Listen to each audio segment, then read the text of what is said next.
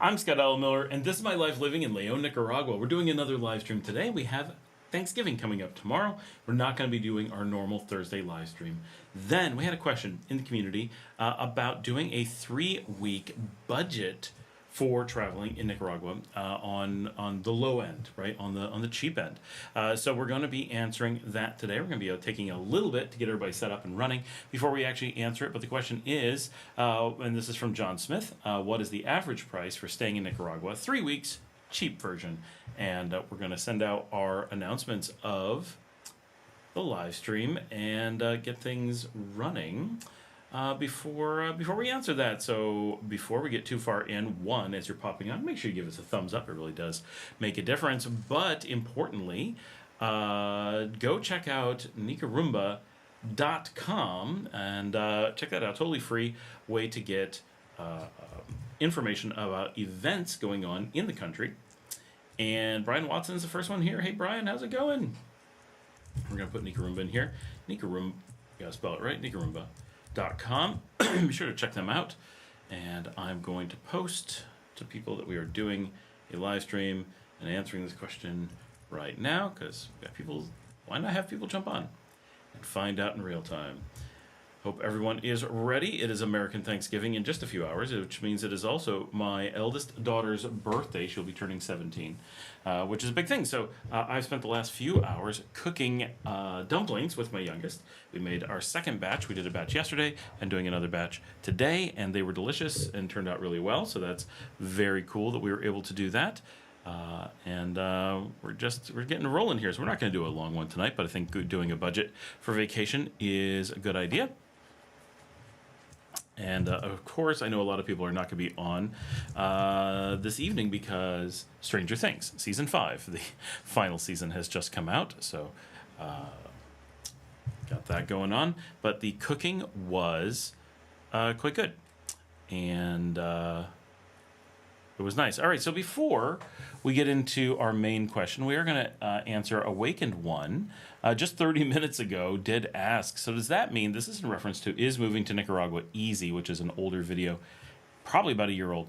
So does that mean you don't have to have a return flight booked, meaning to come to Nicaragua? Because really it would be nice to have the freedom of just traveling around Central America before finding out where exactly you might want to settle, yearly leases or monthly rentals. So there's, as far as I know, the only place in all of Central America that requires an Onward ticket, which can be a bus, a plane, anything, is Costa Rica. All of the issues with return flights or whatever come from airlines that are simply scamming you. They're not, it's not actually requirements. They might tell you it's a requirement. That does not make it so. But there's nothing you can do about it. Now, there's websites and stuff you can go to and book a return ticket and then just cancel it or have it auto-cancel or whatever. So there's plenty of paths to dealing with that. It's something that all travelers, no matter where you're going in the world, airlines will extort you. They have no reason not to. They have huge financial incentives to extort you and no pressure not to. You're basically impotent when it comes to being taken advantage of by airlines. So you really have to trust the airlines. You have to work with someone good, and at the end of the day, sometimes anyone may take advantage of you. And even the best airlines I've worked with have had some people reporting those kinds of things. So it's best to always be prepared, but as far as flexibility goes, you have one of those services, it's like $15. You deal with the whole thing, and then you are free to move around and do whatever. But be aware, just because Nicaragua doesn't have that, right? Of course, Nicaragua doesn't have a return ticket. Their expectation is that you're going to stay forever, right? Or their hope, right? They will do nothing to force you out of the country, right? They don't require that you leave ever. So that's not something that they're interested in. They're going to work very hard not to have that happen. Now, other countries have varying amounts of that, and Costa Rica is very much like, way too many people want to stay. We need to make sure that they're at least leaving and coming back again, and we can make a second determination on them. So the thing is, if you're going to be traveling around anywhere, you need to be prepared that you may have to do this, but once you do that, you can go around the region for basically forever. As it is, Luke is here. Hello, Luke. So that's kind of the situation there. So it mostly comes down to who you're flying in on, where you're flying in, and so forth. If you were to drive down, you would not run into that situation at all, again, until you hit Costa Rica, and then it's just not a big deal. normally we can handle it quite easily.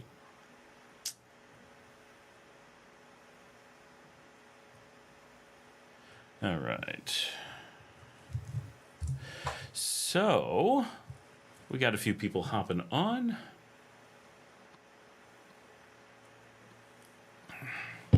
We're keeping the live stream on the short end tonight, and then tomorrow, no live stream, but normally every Thursday. Certainly doing a lot of live streams this week, but I won't be doing a live again. I have no way to do it for several days, as far as I know, because I'm going to be tomorrow celebrating Thanksgiving in the afternoon, and then after that celebrating my daughter's 17th birthday, and then taking her to the hospital on Friday morning for the next shot in her rabies series, because she was bitten by a wild cat. And then we were leaving from the hospital, from Sutiaba Hospital, to head to Managua for a few days to do what we do for both of my daughters. Their birthday thing is to go to Managua and go. We're going to go check out, I think we're going to go check out a new urban market that does like cheese and wine. And we're going to go hang out at the hotel. They both enjoy staying at hotels. We're going to do our usual, most likely.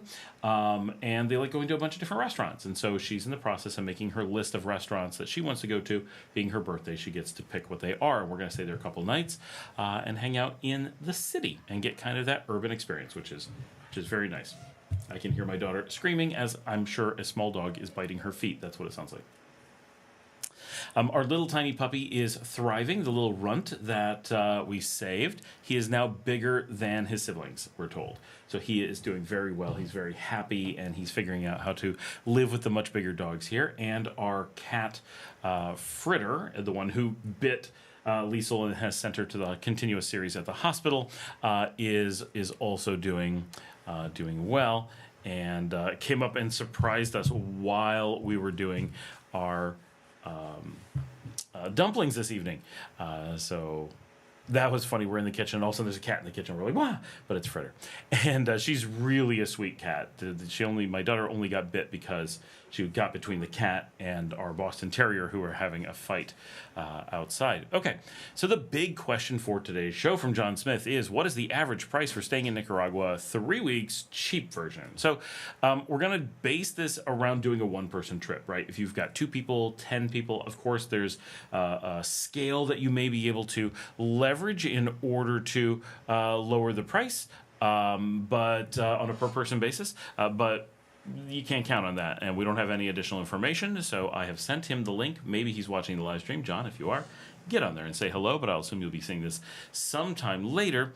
And so we're going to be assuming you're going to be a tourist for 3 weeks, not renting a single little tiny one-room student apartment for 3 weeks in the hopes of just saving money, assuming you're going to try to do things. So you're going to be staying in a hostel, and hopefully the people who are on, I haven't actually looked to see who's on. We got a couple of people.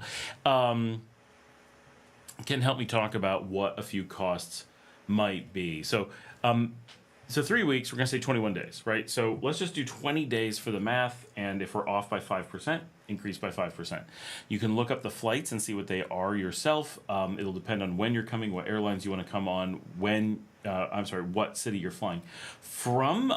If you have airline questions, we can do a video and break down how to get here from different places and what is and isn't entailed in that. So definitely get back with more questions. Send in a video of yourself, of course, is awesome if you'd like for that. But so we're going to discount the flights and not include that. For those who are just wondering, figure if you're being frugal, probably around $400 round trip is doable for people like Luke and myself who like to fly Spirit. $400, very doable. There's cases where I've done round trip for under $3. There's situations where I've seen it for under $2. That's really, really unlikely. But 400 to 500 gives you a really good range of most likely, whether it's Spirit, Avianca, American, someone's going to be able to get you here and back for around that price.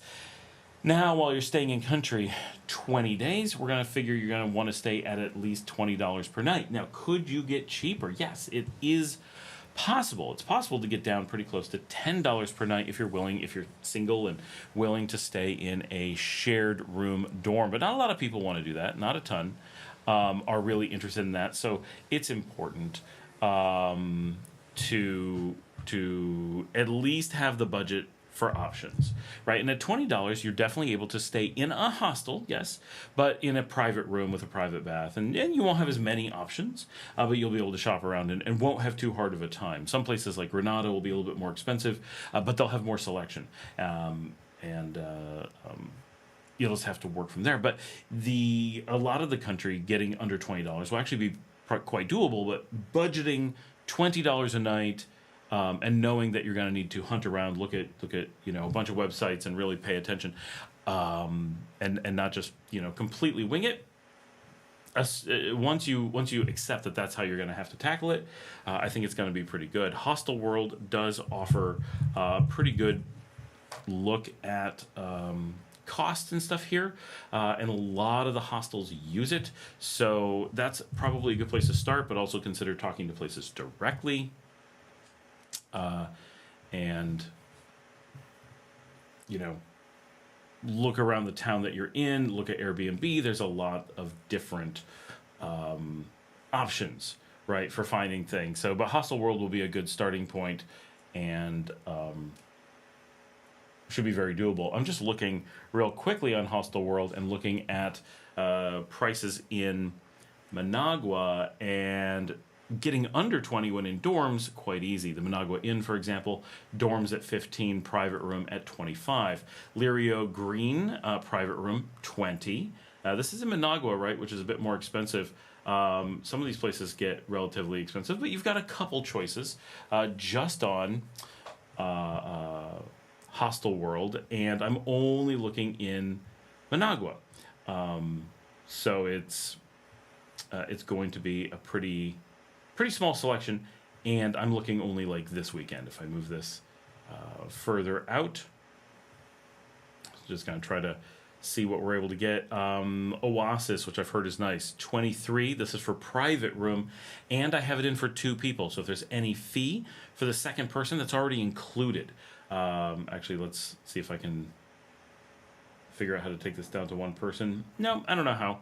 So I don't know if you'll get a discount or not. Caso Montoco, $20 for private room. Casa Robles near the airport, 20. Nicaragua Guest House, private room, 19. Not a ton of options, but there are options, right? So $20 a night should be okay. And if you're willing to use dorms, you should be in great shape. And I do know there are a lot of quite affordable places that are not listed, but well known in the towns. And so, I know places that are probably in this price range or possibly a little bit cheaper in Managua alone that just aren't listed on Hostel World, right? So using different services, you'll probably have a bit of selection. And of course, Managua has a lot of selection, but it is overall a little bit more expensive in many cases. Aha, I found where I can change the number of guests. I'm going to adjust that. Looking at Leon, Via, which a lot of you guys see us at a lot, 25 for private, but dorms from 11. Poco a Poco, well-known, dorms from 13. El Rio, dorms from $9, private from 23. Somar Surf Lodge, no idea where this is, and this is somewhere like right on my beach. Dorms from $11, never heard of it. El Sol Hostel, private, $15. Hostel Facente, looks perfectly nice in the pictures. Dorms from $6, private room from 21. Coco House Leon, $18. Casa de los Barrios, that's not barrios, not like the neighborhoods, but barrios, like the fruit, $17 private rooms. Coco House, $18. I'm not sure if I said that one. So somewhere in the $20 range. Very possible. Right, now transportation. This is going to vary, again, heavily. Public transportation, a lot of times, you only have to budget a little bit. And in many cases, you may be walking everywhere. You may go for a few days and not have to get a taxi or anything, especially if you're staying in the city center, but you'll probably pay a little bit more for the hostel. In many cases, if you're moving between the cities, on a given day, you may not spend more than, say, $5. So you'll want to allow maybe a $10 or $15. Remember, you're on vacation, so a $10 to $20 budget for transportation on a daily basis, just because you want to be able to go places. But it's potentially very affordable. I can go by and do a lot, and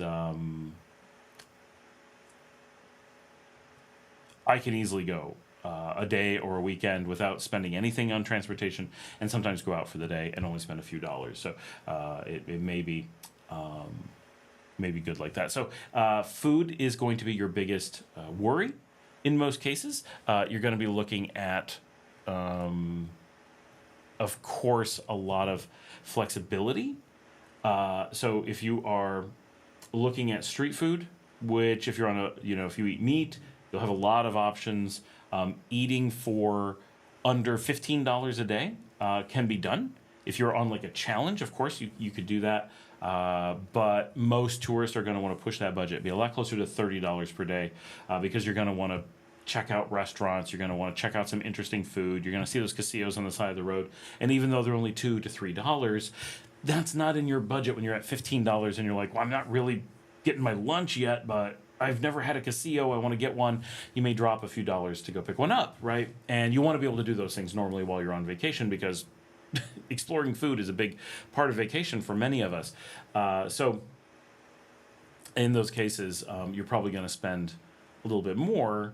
And so having like $30 to play with means, well, when you see a nice restaurant, you can go out to it. Maybe you're going to skimp on breakfast the next day, or maybe you're going to stay in hotels where your breakfast is included, and then that few extra dollars for the hostel, but a few less for the actual food budget. That could work out. That's a place where you can play with that a little bit. Mostly, if you're on a budget for just 3 weeks, you're probably not going to cook for yourself. It may not even save you anything over the course of 3 weeks. You'd really struggle to save even more than a few dollars.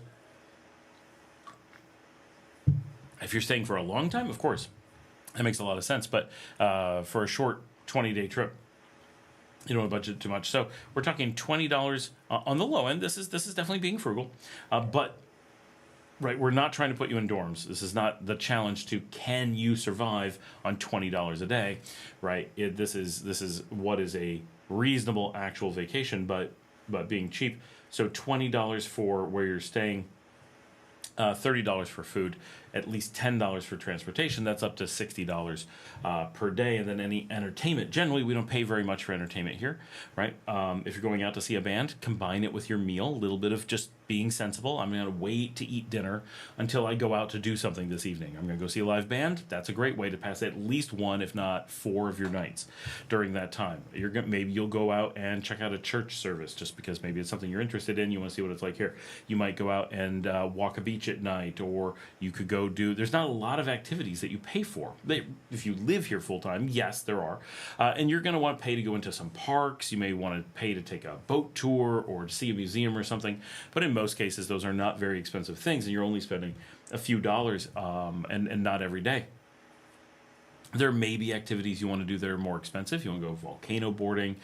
You may want to go do a tour of the mangroves on the estuary, right? These are not going to be expensive things, but they're not going to fit into a $10 entertainment budget. Maybe $30, maybe $100, depending on the activity.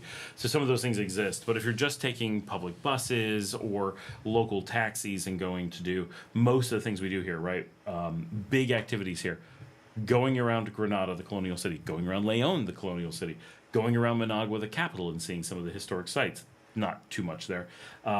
Maybe going to the market in Masaya, going to Ometepe, out to the island. That may seem like a big thing, but if you're based anywhere near Managua, you can take one of the big public buses out of Huembe Terminal, and you're only paying a couple bucks to get all the way down to the ferry. It's just a few bucks on the ferry. And then you're over to the island, and then you can theoretically stay at a hostel on the island without too much trouble. And I'm actually going to look up what the hostel prices are out there, just before I say it's doable and there's nothing available. So I only looked at a couple places. Brand new Rancho Caballo Blanco, no privates, but dorms from $8 out on the island. That's quite affordable. Look at There we go. Altagracia is the other location. Just going to see what they have. Ometepe is a little bit hard to look at. Oh, nothing came up at all. Because it's not centered in a village, which is how you normally search. It's over the whole island, so you kind of got to do a bit of looking, but you'll be able to find some stuff even there. So Ometepe, you can hit a hostel in a Laguna de Apoyo. You can go to Masaya, you can go to Granada, you can go to Managua, you can go to Leon. All of those for just a few dollars. Getting out to the beaches at Leon, very cheap. You can get out there for under $1 from anywhere in town. You want to get up to Chinandega, go to those beaches, very doable. You want to get out to Matagalpa and see there, or Esteli, or Jinotega. Public buses, I've done it $2, $3, $4 tops to get out there. And many of those towns are cheaper on a nightly basis, so you may easily be able to stay up there and be at a good budget there. Jinotega has a big lake. You can see the lake in Managua. You'll see the lake in Granada. You can see the ocean in Leon. You'll get to see the mountains, the beaches, the cities. The most expensive thing to do on a trip, which for 3 weeks you would almost certainly want to squeeze it in, is going down to San Juan del Sur. It's most expensive because it's the farthest away, so your transportation is almost certainly going to be over $5. Most people are going to be spending $30 or $40 to get down there on a shuttle or something. So those are things to budget in. These are, again, not generally crazy prices, but if you really are on a budget, they could be breakers. But if you can find good public transportation going down, I would guess $5 to $6 given the distance. And where it is, it's kind of a price premium. Hostels are going to be a little bit more expensive, so you may be in a shared dorm for that $20 if that's the budget you're trying to stay in. Everything's more expensive, so the more time you pass there, the harder it'll be to stay on budget, but you generally want to see it. It is a pretty cool part of the country. Those are most of the places you would actively want to go. And if you had 21 days to do that, that would be a pretty exhausting trip. You would have potentially enough time to actually enjoy each of the places you're going. But Ometepe, as an example, takes a bit to get to the port, a bit to get over to the island. You definitely want to spend, an evening on the island, stay overnight, and then return the next day or longer. Most people don't want to stay very long, but getting a whole day on the island before returning, easily worth it. Now, you're not going to be full of activities unless you're into hiking volcanoes, which is great because that's cheap. But for me, I really like it because I'll get in the evening, spend a little bit of time getting my bearings, find a restaurant or two that I'm interested in, get dinner.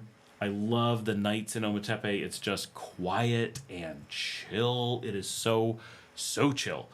So I really like that. I like being able to just be in the silence. It's kind of a unique experience on an island, and just the closed ecosystem of it all is very cool. And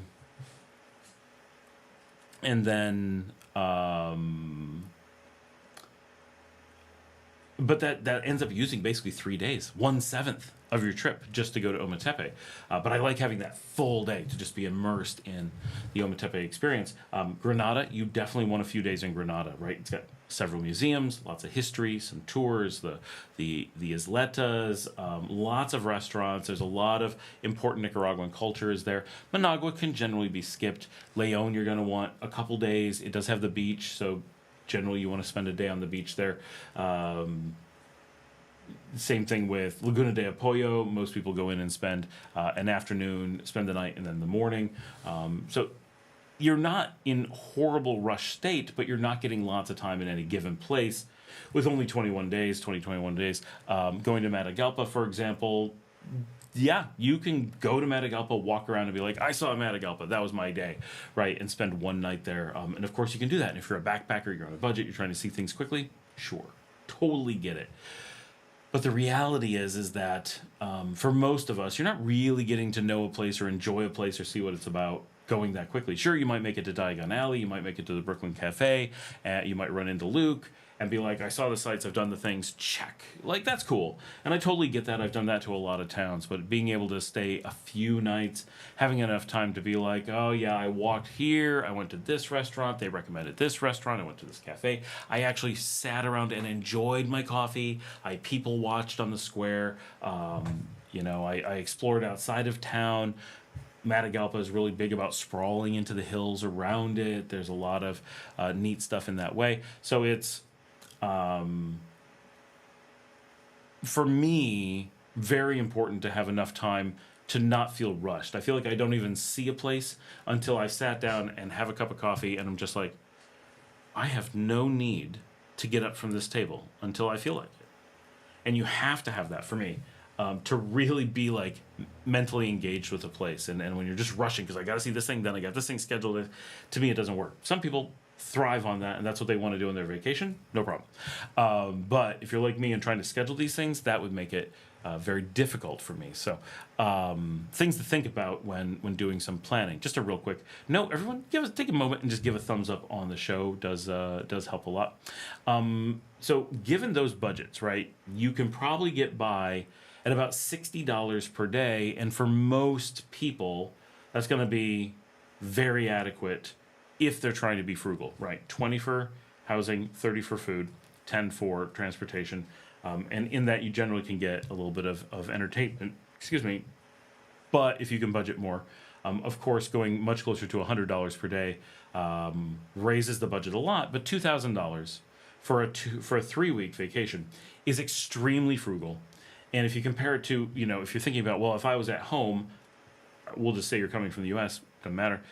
Well, I'm still going to be eating during that time. I'm still going to be using electricity. Like, you're going to be using some of that for your life, and you're transitioning that. So often,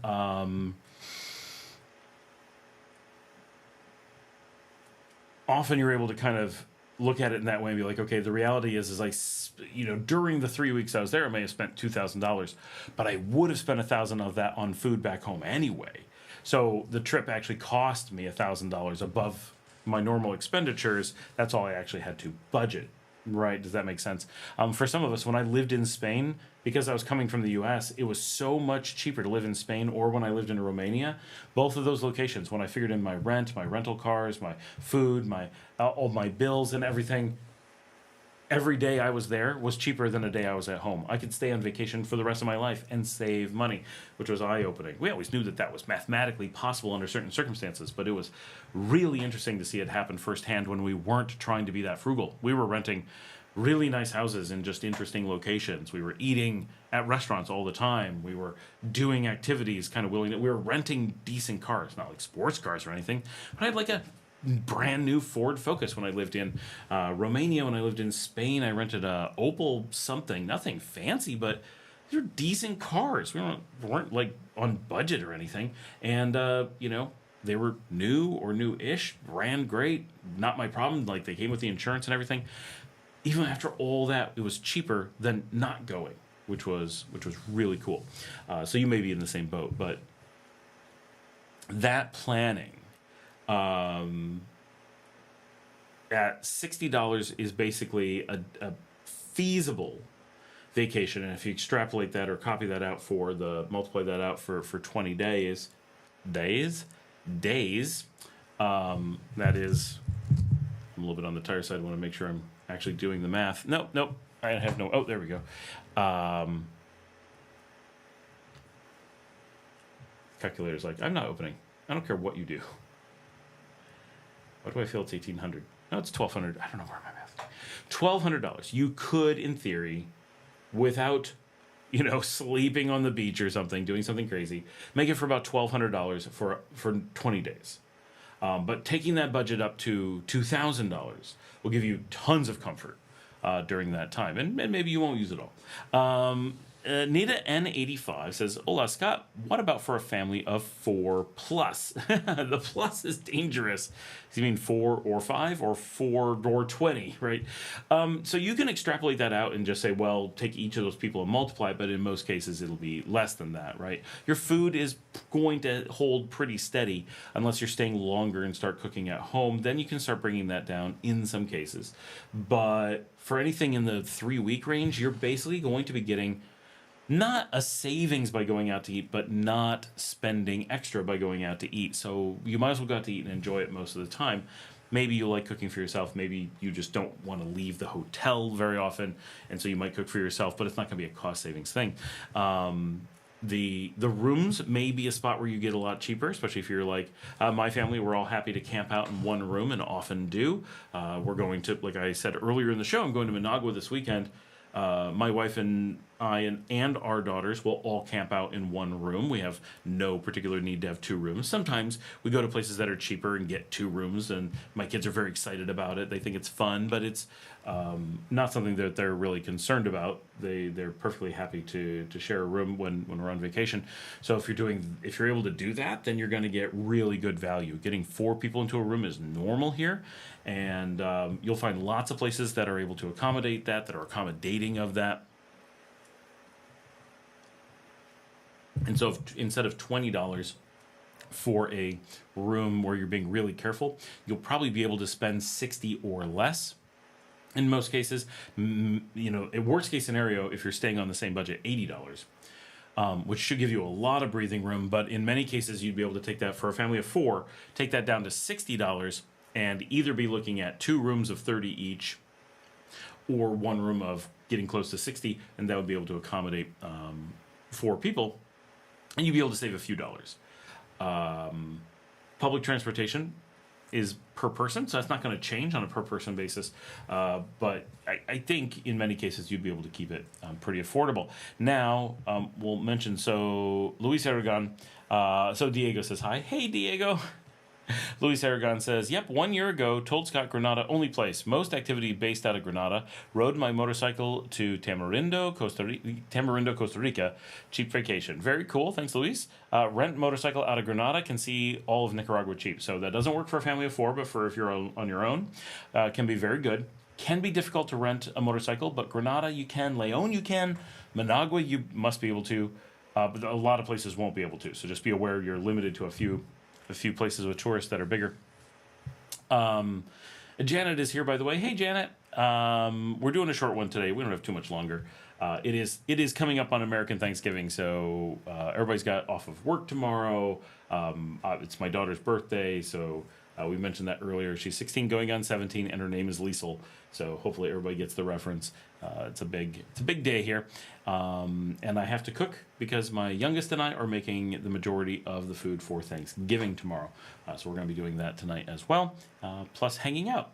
The eldest wants to play Rain World, and everyone wants to watch Stranger Things Season 5. So there's a lot going on. So a family of 4, you're going to be hard-pressed for 3 weeks to spend less than $4,800, say $5,000. Could you? Yeah, in a pinch, you could do an awful lot of things. Renting a car for that whole time, that stuff will hurt. But if you're a family of 4, it's not too bad. You want to make sure you're getting a really good deal.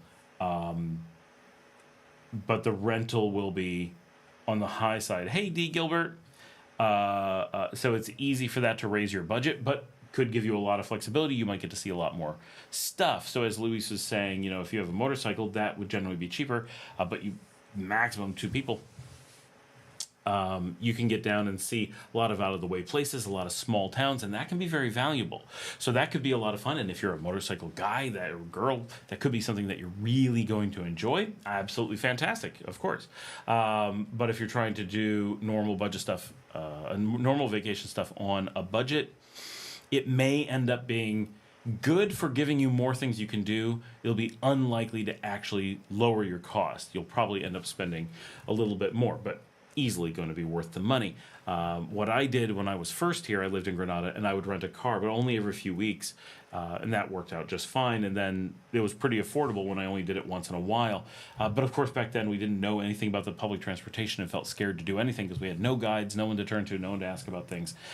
Totally different. Now, I take the bus anywhere, right? I'll take the bus to Matagalpa, I'll take the bus to Managua at the drop of a hat. I take the bus into the city, I take the bus to the beach. Doesn't bother me at all. In fact, I kind of like taking the buses. I find the whole system very enjoyable, and I like being a part of the city infrastructure, right? It's pretty good. So now hopefully that gives you guys a little bit of a budget idea. We've been on for well over 30 minutes, so we're going to call it a quick night. Really appreciate everyone jumping on for this. We've got, at one point we had up to 20 people on. It's not a busy night, but it is the night before Thanksgiving, so wasn't expecting too much, and it was pretty late. Okay, really quickly, what website do you recommend for renting a vehicle when flying in from the USA? I honestly don't know any website for it. You can probably check out like Alamo and a few places like that, but Most of us rent on the ground. It's not something we do very often here. I know very few people who rent. So I do know you can go to like the DoubleTree and rent there instead of having to deal with it at the airport.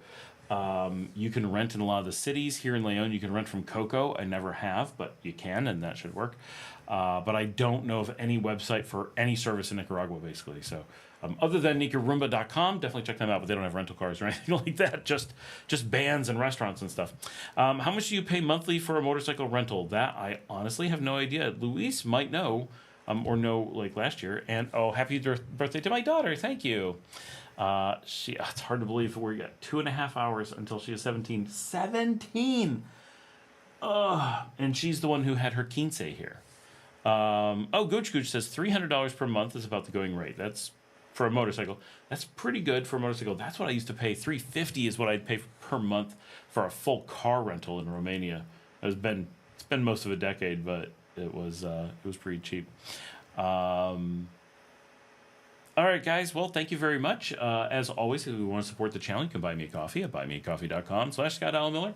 We got a join button down there as well for here on YouTube if you want to join here, or you can join monthly on Buy Me a Coffee, or you can just buy me a coffee. You can always get in the show notes, the episode notes, and find out how to send in a video of yourself or hook up on social media. If you haven't signed up on Nika Loro or Nika Graham, we definitely like it when people do that. All these things are free. Nothing costs money. But it's neat to see new people joining in. And if you're interested in events and you're on Nika Loro, the Mastodon instance, you can actually follow. I will, hold on, we're going to type it. This is brand new for those on nicoloro.com. You can follow events at nicarumba.com. There's actually a Nicaragua Mastodon instance just for people to subscribe to and be able to get things from Nicoloro or whatever Mastodon instance you're on. Just super cool. Just a completely different way to get a stream of events as things get posted here in Nicaragua. So with that, Gooch says they can be bought cheap as well, meaning the motorcycles. And of course, you could get a scooter. A lot of people go for that if you're not going very far. You don't want to do that if you're going between cities, really, but if you're just going to be like, I'm just going to be in San Juan del Sur, or I'm just going to be in Granada, I'm not really leaving town, a scooter may work really well. And a scooter will get you to like Masaya, a few places like that in the Granada area. And I guess that's about it. Have a happy American Thanksgiving, everybody.